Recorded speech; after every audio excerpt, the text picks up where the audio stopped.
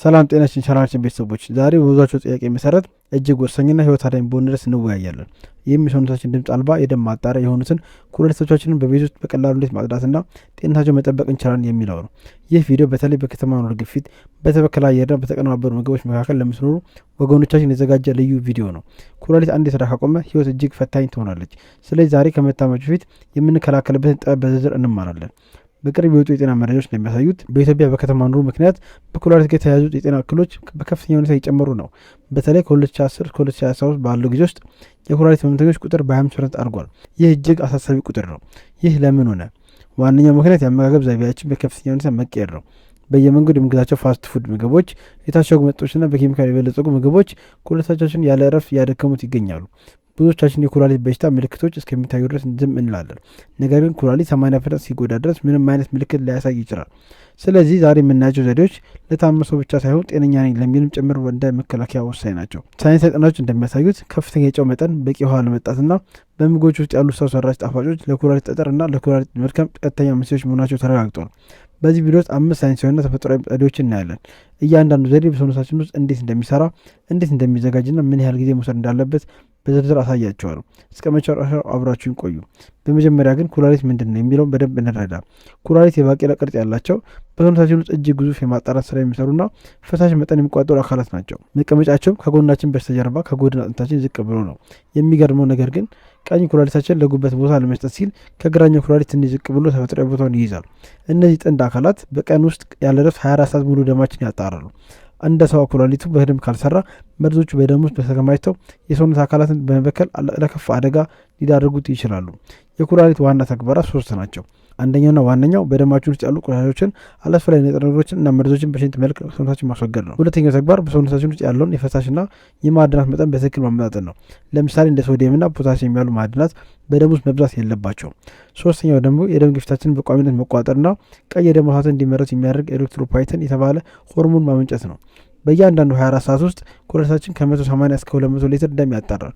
ይህ ማለት በሰውነታችን ውስጥ ያለው ደም በቀን ውስጥ ከ40 ጊዜ በላይ በኩላሊት ውስጥ ያልፋል ማለት ነው። ይህን ድንቅና ታታሪ ፋብሪካ በቤት ውስጥ ባሉ ቀላል ተፈጥሯዊ ነገሮች እንዴት እንደምናጸዳው አሁን ወደ መጀመሪያው ታላቅ ዘዴ እንለፍ። አንደኛው ዘዴ ተገቢ ሃይድሬሽን ወይም ደግሞ ፕሮፐር ሃይድሬሽን። ውሃ ለኩላሊት እንደ ነዳጅ ነው። ያለ በቂ ውሃ ኩላሊት የማጣራት ስራውን በአግባቡ መስራት አይችልም፣ ይልቁንም ይቆስላል። ሳይንሳዊ ጥናቶች እንደሚያሳዩት በቀን ከ2.5 እስከ 3.7 ሊትር ውሃ መጠጣት የኩላሊት ጠጠር የመያዝ ዕድልን በ70% ይቀንሳል። ይህ ትልቅ ቁጥር ነው። ውሃ በደማችን ውስጥ ያሉ ጨዋችን እና ዩሪያ በማሟሟት ኩላሊታችን ያለምንም ጫና ቆሻሻውን እንዲያስወግድ እና በቀላሉ እንዲቀሳቀስ ይረዳዋል። በተለይ በከተማ የምንመገባቸው ምግቦች ከፍተኛ ጨው ስላላቸው ያን ጨው ጠርጎ ለማስወገድ ሰውነታችን ተጨማሪ ንጹህ ውሃ ያስፈልገዋል። በቂ ውሃ ስናጣ ሽንታችን ይወፍራል። ይህ ደግሞ በኩላሊት ውስጥ ማዕድናት እንዲከማቹና ወደ ድንጋይነት ወይም ወደ ጠጠር እንዲቀየሩ ያመቻቻል። እዚህ ጋር አንድ ትልቅ ሚስጥር ልንገራችሁ። በምትጠጡበት ውሃ ውስጥ ሁልጊዜ ሎሚ ጨምሩ። ሎሚ ሲትሬት የተባለ እጅግ ጠቃሚ ንጥረ ነገር አለው። ሳይንሳዊ ምክንያት ሲትሬት በኩላሊት ውስጥ የሚገኝ የካልሲየም ክምችቶችን በማሟሟት ጠጠር እንዳይፈጠርና የተፈጠሩትን እንዳያደርጉ በሳይንሳዊ መንገድ ስለሚከላከል ነው። አዘጋጀቱ እንዲህ ነው። ጠዋት እንቅልፋችሁ ስትነቁ በባዶ ሆድ አንድ ትልቅ ብርጭቆ ለብ ያለው አዘጋጁ። ግማሽ ትኩስ ሎሚ በውስጡ ጨመቁበት። ይህን ሎሚ ውሃ መጠጣት ኩላሊትን ከማጥራት ባለፈ የሰውነቱን የአሲድና የቤዝ መጠን ያስተካክላል። ይህም በሽታ የመከላከል አቅምን ይጨምራል። በ2012 የወጣው የጃማ የሕክምና ጥናት እንደሚያረጋግጠው የሎሚ ጭማቂ አዘውትሮ መጠጣት ለኩላሊት ጤና እና ለጠጠር መከላከያ እጅግ አስፈላጊ ነው። ጥንቃቄ፣ የሎሚ ውሃ ከጠጡ በኋላ አፋችሁን በንጹህ ተጎምጡ።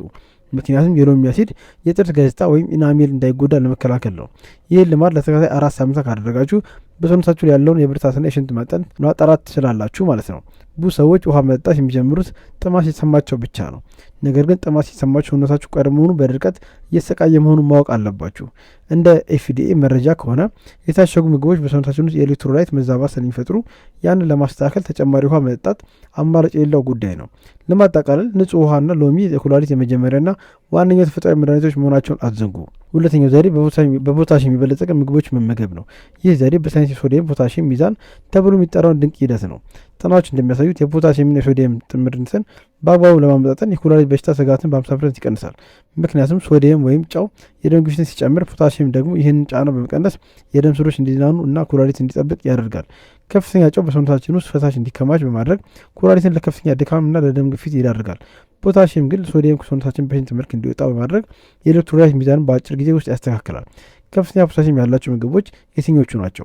በ100 ግራም ውስጥ ከ300 እስከ 500 ሚሊ ግራም የያዙትን ዋና ዋና ምግቦችን አብረን እንመልከት። ቁጥር 1 ሙዝ ነው። እንደ አንድ መካከለኛ ሙዝ 422 ሚጋ ፖታሲየም ይዟል። ይህ ለኩላሊቱና ለልቡ ጤና ትልቅ ስጦታ ነው። ቁጥር 2 አቮካዶ ነው። አቮካዶ ከሙዝ በበለጠ ፖታሲየም ይዟል። ግማሽ አቮካዶ ብቻ በቀን ውስጥ የሚያስፈልገን 15% ፖታሲየም በአንድ ጊዜ ይሸፍናል። ቁጥር 3 ስፒናች ነው። ሌሎች አረንጓዴ ቅጠሎች ናቸው። እነዚህ ምግቦች ኩላሊትን ከማጽዳት ባለፈ የደም ማነስን በመከላከል ብርታት ይሰጣሉ። የዓለም ጤና ድርጅት WHO አንድ ጤናማ ሰው በቀን ቢያንስ 3500 ሚሊግራም ፖታሲየም ከተፈጥሮ ምግቦች እንዲያገኝ አጥብቆ ይመክራል። ይህን የአመጋገብ ዘይቤ ለ3-4 ሳምንታት አዘውትረው ሲከተሉ የደም ግፊቶ ሲከታተልና ሰውነቶ ሲቀል በግልጽ ይሰማታል። ይህ ደግሞ ከታሸጉ ምግቦች የምናገኘው መጥፎ የጨው ክምችት ውጤት ለመቀልበስ በሰውነታችን ውስጥ ትልቅ ኃይል ይሰጠናል። ድንች፣ ሙዝና ስፒናች በመቀላቀል ጤናማ ሰላጣዎችን ወይም በቀላሉ የሚጠጡ ጭማቂዎችን ማዘጋጀት ይቻላል። በሳይንሳዊ የሶዲየም ፖታሲየም ፓምፕ አማካኝነት በሴሎቻችን ውስጥ ያለውን ውሃ በትክክል እንዲመጣጠን እና ኩላሊት ስራውን እንዲያቀልጥ ያደርገዋል። ለማጠቃለል በምግቡ ውስጥ ፖታሲየም መጨመርና ሶዲየም መቀነስ ለኩላሊቱ ጤና ዘላቂ ቁልፍ ነው። ሶስተኛው ዘዴ ዝንጅብልና እርድ ነው። እነዚህ ሁለት ቅመሞች በሳይንሳዊ ምርምሮች የታወቁና በቤታችን ውስጥ የሚገኙ የኩላሊት ጋሻዎች ናቸው። ጥናቶች እንደሚያሳዩት ዝንጅብል የሰውነት ብግነትን፣ ኢንፍላሜሽንን በ35%፣ እርድ ደግሞ በ40% የመቀነስ አስደናቂ ብቃት አላቸው። በከተማ ኑሮ በምንመግባቸው ምግቦች ውስጥ ያሉት ኬሚካሎች በኩላሊት ውስጥ ኦክሲዴቲቭ ስትረስ በመፍጠር ሴሎችን ይጎዳሉ። ዝንጅብል በውስጡ ዚንጅሮል የተባለ ንጥረ ነገር የያዘ ሲሆን ይህም ተፈጥሯዊ የህመም ማስታገሻና ጸረ ብግነት ነው። ሳይንሳዊ መረጃ ዚንጅሮል ብግነትን የሚቀሰቅሱ ኢንዛይሞችን በ30% እንደሚገታና የኩላሊት ስራን እንደሚያነቃቃ ያረጋግጣል። እርድ ደግሞ ኩርኩሚን የተባለ እጅግ ድንቅ ንጥረ ነገር በውስጡ ይዟል። ኩርኩሚን ለኩላሊት ጤና ወርቃማ ንጥረ ነገር ነው። ኩርኩሚን ኩላሊታችንን በከባድ ቫይረሶችና ከተለያዩ መድኃኒት ኬሚካሎች ጉዳቶች እንዲጠብቅ ከፍተኛ ጥበቃ ያደርጋል። ዝንጅብልና እርድን ከአቀናጅቶ መጠቀም ሲነርጂ ወይም የጋራ ኃይልን ስለሚፈጥርላቸው ውጤቱ እጥፍ ይሆናል። ትክክለኛው የዕለት ተዕለት አዘገጃጀትም ምን ይመስላል? በዛ እንመልከት። ይህን በቤቱ በቀላሉ መስራት ይችላሉ። ግማሽ ስንጥቅ ዝንጅብልና ትንሽ እርድ በምግብ ውስጥ ወይም በምታፈሉ ሻይ ውስጥ በቋሚነት መጨመር ትችላላችሁ። በሳምንት ከ3 እስከ 4 ጊዜ እነዚህን ቅመሞች በመጠቀም በኩላሊቶ ጤና ላይ ትልቅ ለውጥ ለማየት ይረዳል። ዝንጅብል፣ እርድና ሎሚ የተቀላቀለበት ሻይ ለ3 ደቂቃ አፍልቶ በሞቃት ወቅት መጠጣት ለኩላሊቱ ትልቅ መድኃኒት ነው። ተጨማሪ ጥበብ የእርድ ጥቅም በሰውነታችን ውስጥ በደንብ እንዲሰራ ባዮአቬላቢሊቲ የግድ ከጥቁር አዝሙድ ጋር ወይም ቁንዶ በርበሬ ጋር አብሮ መውሰድ አለበት። ይህ ለ2-4 ሳምንታት ቢጠቀሙ በኩላሊቱ አካባቢ የሚሰሙትን የከባድነት ስሜትና ምቾት ማጣት በከፍተኛ ሁኔታ ይቀንሰዋል። ለማጠቃለል ዝንጅብልና እርድ ተፈጥሮ የሰጠን ምርጥ የኩላሊት ማጽጃና ማጠበቂያዎች ናቸው። አራተኛው ዘዴ ፓርሲሊ ነው። ፓርሲሊ በብዙዎቻችን ዘንድ የሚታወቅ ቢሆንም ተፈጥሯዊ ሽንት ማስገዳጅ ወይም ደግሞ ናቹራሊ ዲዩሬቲክ መሆኑን ብዙ ሰው አያውቅም። ይህ ማለት በኩላሊት ውስጥ የተከማቹ አላስፈላጊ ፈሳሾችን፣ ጨዎችና መርዞችን ጠርጎ እንዲወጣ በማድረግ ልዩ ኃይል አለው ማለት ነው። በውስጡ ያሉት አፒዮል እና ማሪሴንሲን የተባሉ ንጥረ ነገሮች ሽንት እንዲመረት ማገዝ ኩላሊትን ያጥባሉ።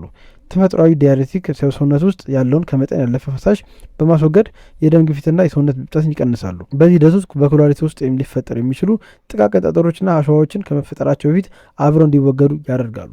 ፓርሲሊ በውስጡ ከፍተኛ ፖታሲየም ስለያዘ የማጽዳት ስራ ሲሰራ የሰውነታችን ኤሌክትሮላይት እንዳያዛባ ያደርጋል። ነገር ግን ፓርሲሊ ኦክሳሌት የተባለ ንጥረ ነገር ስለሚኖረው አጠቃቀማችን በመጠን እና በስርዓት መሆን አለበት። ትክክለኛ መጠን በሳምንት 2-3 ጊዜ ብቻ ቢሆን በአንድ ጊዜ 10 ግራም ወይም አንድ ፍኝ ያህል መጠቀም በቂ ነው። በጣም አብዝቶ በቀን ውስጥ ደጋግሞ መጠቀም ለኩላሊት አደጋ ሊያጋልጥ ስለሚችል መጠኑ መጠበቅ አስፈላጊ መሆኑን አትርሱ። አንደኛው አዘጋጀት የፓርሲሊ ሻይ ነው። ፓርሲሊን አጥቦ አፍልቶ መጠጣት ይቻላል። ውሃውን አፍልቶ የፓርሲሊ ቅጠሎችን በመጨመር ለ5 ደቂቃ ቆይቶ ከዚያም በሎሚ አጣፍቶ መጠጣት ይቻላል። ሁለተኛው አማራጭ ፓርሲሊን በሰላጣ መልክ ማዘጋጀት ነው። ይህ ለምግብነትም እጅግ ጣፋጭና ጤናማ ነው።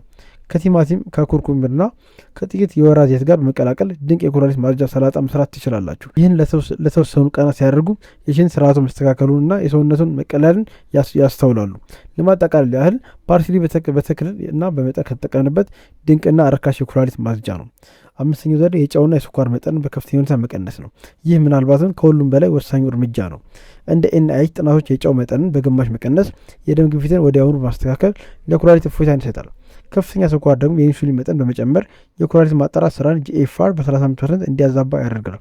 በከተማ ኑሮ የምንገዛቸው የታሸጉ ምግቦች ውስጥ ያሉን አስደንጋጭ የጨው እና የስኳር መጠን ሁላችንም ልናውቀው ይገባል። ለምሳሌ ብስኩት፣ ሶዳና የተለያዩ ድንች ቺፕሶች ከሚገባው በላይ እጅግ ከፍተኛ ሶዲየም ይዘት አላቸው። ፓስታ፣ የታሸጉ ስጋዎች እና ፓኬት ምግቦች ለኩላሊት ጤና ጠንቅ የሆኑ ጥበቃ ማድረጊያ ኬሚካሎች ይዘዋል። በአንድ ትንሽ ጣፋጭ መጠጥ ውስጥ ብቻ እስከ 10 የሻይ ማንኪያ ስኳር ሊኖር ይችላል። ይህ ለኩላሊቶች ሸክም ነው። ሳይንሳዊ ምክር በቀን ከ2300 ሚሊግራም ጨውና ከ35 ግራም ስኳር በላይ ፈጽሞ አለመጠቀም ለጤና መሰረት ነው። ዋነኛው ስልት ምግባችን በቤት ውስጥ ማዘጋጀት ሲሆን ይህም የጨውና የስኳር መጠን 70% ለመቆጣጠር ይረዳናል። በቤት ውስጥ ለሚዘጋጀው ምግብ ውስጥ የጨው መጠንን በተፈጥሮ ቅመሞች መተካት ይቻላል። ለአብነት ያህል ጨው ከመጨመር ይልቅ ቁንዶ በርበሬ፣ ነጭ ሽንኩርት፣ ዝንጅብልና ሎሚ መጠቀምን ልመዱ። ለ4 ሳምንታት ይህን ለውጥ ሲያደርጉ የምግብ ጣዕሙ ይስተካከላል፣ የደም ግፊቱ መውረድ ይጀምራል። የጨው መጠን መቀነስ ብቻ የልብ እና የኩላሊትን ጤና በ9% ወዲያውኑ እንደሚያሻሽል ጥናቶች ያሳያሉ። ስኳርን መቀነስ ደግሞ ለሰውነት ክብደት መቀነስና ለኢንሱሊን ስራ መስተካከልም ትልቅ አስተዋጽኦ አለው። ለማጠቃለል ያህል ጨውና ስኳርን መቀነስ ማለት ለታታሪ ኩላሊት እረፍትና ረጅም እድሜ መስጠት ማለት ነው። ከእነዚህ 5 ዘዴዎች በተጨማሪ መደበኛ አካል ብቃት እንቅስቃሴ ማድረግ ለደም ዝውውር አስፈላጊ ነው። በቂ እንቅልፍ ማግኘት ከ7-8 ሰዓት ሰውነቱ እና ኩላሊቱ ራሳቸው እንዲያድሱ እድል ይሰጣቸዋል። የፕሮቲን መጠን ማመጣጠን፣ ከመጠን ያለፈ ስጋ መመገብ ኩላሊትን አላስፈላጊ ድካም ውስጥ ሊከተው ይችላል። ጭንቀትን መቀነስና በቂ ረፍት ማድረግ ለኩላሊት ሆርሞኖች መስተካከል እጅግ በጣም ይረዳል። በየዓመቱ የጤና ምርመራ ክሬቲን ኤንድ በርን በማድረግ የኩላሊቱን ሁኔታ በቅርበት ማወቅ ይኖርበታል። እነዚህን 5 ዘዴዎች አቀናጅተው ለ6 ወራት በቋሚነት ቢጠቀሙ የኩላሊትን ስራ ማሻሻል ይችላሉ። ይህ ለኢትዮጵያውያን ተስማሚ የሆነ የተሟላና ተፈጥሯዊ የጤና አጠባበቅ ዘዴ መሆኑን እመኑበት።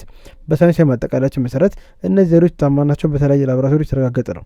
እንደ አሜሪካ የኩላሊት በሽታዎች መጽሔት ጥናት እነዚህ ለውጦች በማድረግ የህመም ስጋትን በ75% ይቀንሳል።